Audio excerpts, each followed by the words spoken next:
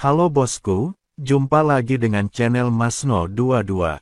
Sebelum lanjut ceritanya jangan lupa subscribe, like, satu lagi jangan di skip nontonnya ya. Terima kasih. Saya datang ke sini untuk mencari rumput otot dewa. Rumput otot dewa ini dapat menyembuhkan luka bakar di wajah. Mata Zhu Qingxiu tidak lagi bersemangat seperti awalnya. Oh, kalau begitu kami akan membantumu menemukannya. Fan Xianbo melambaikan tangannya, cepat dan bantu adik perempuanku menemukan rumput otot dewa. Beberapa orang membantu dalam pencarian, dan Fan Xianbo, yang berada di samping Zhu Qingxiu, bertanya dengan sengaja atau tidak sengaja, adik perempuan, buku rahasia slip giok itu sangat penting bagi sekte Wanjian kami, Anda harus menjaganya dengan baik. Apakah rahasia batu giok itu tergelincir padamu? Jika itu ada padamu, jangan biarkan orang lain mengetahuinya. Dia sepertinya khawatir, tapi dia sebenarnya sedang menguji Zhu Qingxiu. Untungnya, Zhu Qingxiu mulai ragu dan buru-buru berkata, "Kakak senior, rahasia slip giok itu tidak ada pada saya, tetapi saya telah menyimpannya di tempat yang aman. Anda tidak perlu khawatir." Ketika Fan Xianbo mendengar ini, dia mengerutkan kening dan berkata dengan sedikit rasa dingin di matanya, "Adik perempuan, menurutku kita harus pergi dan melihat slip giok rahasia terlebih dahulu. Karena Master telah memberimu slip giok rahasia untuk diamankan, jika Anda melakukan kesalahan, Anda bisa minta maaf atas kerja keras guru. Kakak senior, tempat saya menyimpannya aman dan tidak ada yang salah," kata Zhu Qingxiu. Melihat ini, nada suara Fan Xianbo menjadi sedikit seram, "Adik perempuan, sekarang Sekte Wanjian telah mengalami bencana dan tuannya meninggal. Sebagai kakak dari Sekte Wanjian, saya punya alasan untuk mendukung Sekte Wanjian. Ajak aku melihat buku rahasia slip giok sekarang." Ini perintah. Ketika Zhu Qingxiu melihat bahwa Fan Xianbo tidak lagi berpura-pura, wajahnya menjadi muram dan dia berkata, "Kakak laki-laki, hanya Master dari Sekte Wanjian yang dapat menyelidiki rahasia slip giok. Meskipun Masternya sudah tidak ada lagi di sini, dia punya tidak menyerahkan takhta kepadamu, jadi kamu tidak bisa. Jika kamu bukan pemimpin Sekte Wanjian Sekte, kamu tidak memenuhi syarat untuk memberi perintah kepadaku." Ketika Fan Xianbo mendengar ini, dia langsung menjadi marah, "Adik perempuan, saya meminta Anda untuk membawa saya menemukan buku rahasia slip giok. Maukah Anda pergi atau tidak?" "Tidak." Zhu Qingxiu tampak bertekad. "Oke, kalau begitu, jangan salahkan kakak senior, aku melakukannya demi kebaikan Sekte Wanjian." Setelah Fan Xianbo selesai berbicara, dia mengedipkan mata pada saudara-saudari lainnya, dan mereka segera berkumpul di sekitar Zhu Qingxiu. Melihat ini, Zhu Qingxiu juga memasang postur, matanya penuh amarah dan berkata, "Kakak laki-laki, menurutku kamu tidak melarikan diri dari Sekte Wanjian, kan?" Sekte Wanjian tiba-tiba diserang oleh aliansi penyegel iblis, dan banyak saudara tidak punya waktu untuk bereaksi. Dia terbunuh. Sekte Wanjian kami bahkan tidak punya waktu untuk mengaktifkan formasi pelindung sekte.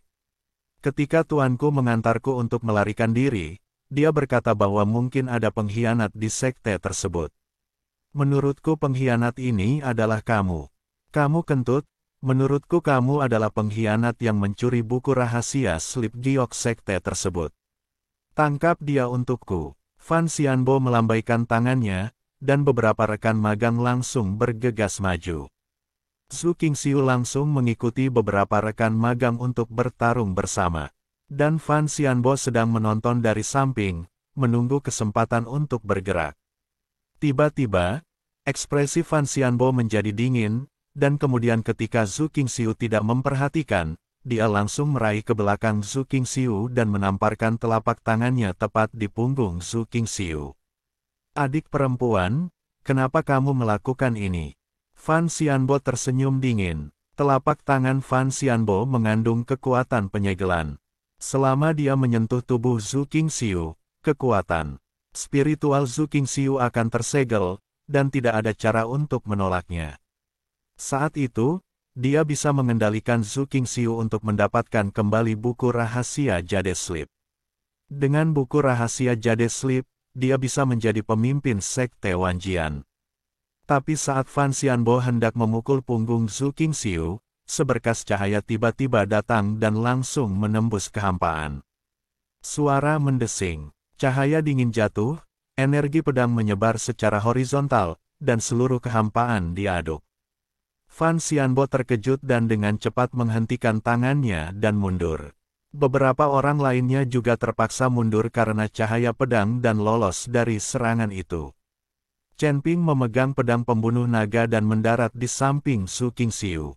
"Nona Zhu, siapa orang-orang ini?" Chen Ping memandang Zhu Qingxiu dan bertanya.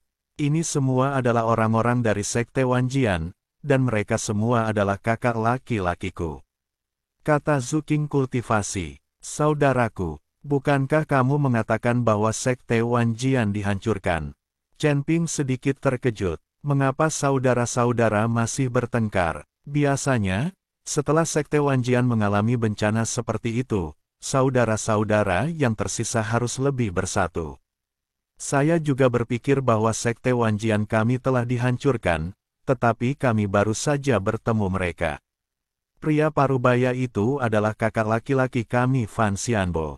Zhu Qingxiu terus berbicara tentang Fan Xianbo, dan kemudian melanjutkan, "Dia ingin saya mengeluarkan buku rahasia Sleep Giok, tapi saya tidak mengambilnya, jadi mereka mengambil tindakan." Ketika Chen Ping mendengar ini, dia segera mengerti bahwa orang-orang dari sekte Wanjian ini ingin mendapatkan buku rahasia Sleep Giok dari Zhu Qingxiu. "Chen Ping, saya juga membaca buku rahasia Jade Sleep pada waktu itu, dan itu memang hal yang bagus. Bagaimana mereka tahu kamu punya rahasia Sleep Giok itu?" Chen Ping bertanya. "Saya baru saja bertemu mereka dan saya mengungkapkan rahasianya dengan gembira. Sekarang tampaknya mereka mungkin adalah pengkhianat dari sekte Wanjian kita." Zhu Qingxiu berkata dengan ekspresi marah. "Adik perempuan, kamu boleh makan apapun yang kamu mau, tapi kamu tidak boleh bicara omong kosong. Kamu, pengkhianatnya. Dan siapa orang ini?" "Seorang biksu kecil tingkat 7 di alam kesengsaraan, yang bertanggung jawab atas urusan sekte Wanjian kita." Fan Xianbo berkata dengan ekspresi dingin. "Aku berada di dunia apa yang bukan urusanmu. Aku bisa mengurus urusan sekte Wanjian jika aku mau, dan jika aku tidak mau, aku tidak bisa." "Apa yang kamu panggil di sini?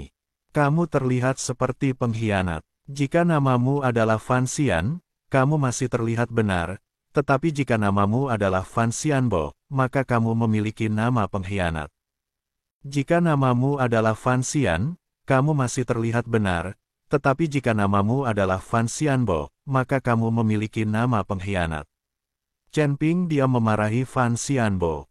Sekarang orang-orang ini menyerang Zhu Qingxiu, bahkan orang-orang dari sekte Wanjian pun tidak lagi sopan.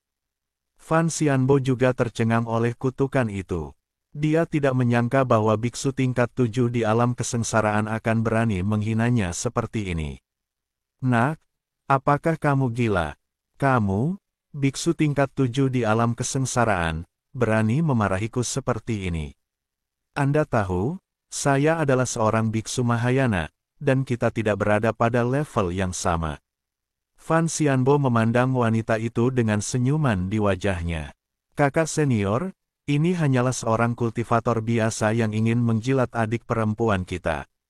Adik perempuan benar-benar menyenangkan, wajahnya hancur, dan ada seorang pria yang membelanya. Saat adik perempuan junior tidak terluka, dia memang cantik. Beberapa rekan magang di belakang Fan Xianbo juga tertawa terbahak-bahak. Seorang kultivator kecil kelas 7 di alam kesengsaraan tidak dapat menarik perhatian mereka sama sekali. Dan melihat penampilannya, dia tidak menyangka menjadi tuan muda yang terhormat, dia jelas hanya seorang kultivator biasa. Karena dia adalah seorang kultivator biasa tingkat rendah, mereka tidak perlu takut. Tapi mereka sepertinya sudah lupa bagaimana cahaya pedang itu memaksa mereka mundur sekarang. Bisakah seseorang di alam kesengsaraan tingkat ke-7 dapat meletus dengan cahaya pedang yang begitu kuat? Kamu bertindak terlalu jauh. Sebagai rekan magang senior, Sekte Wanjian sudah seperti ini, namun kamu masih membongkar rahasia Jade Slips. Dan dia bahkan menyerangku, adik perempuanku. Jika guru ada di sini, dia pasti akan memasukkan kalian semua ke penjara air. Zhu Qingxiu memelototi Fan Xianbo dan yang lainnya. Adik perempuan, Tuan terlalu mati untuk mati.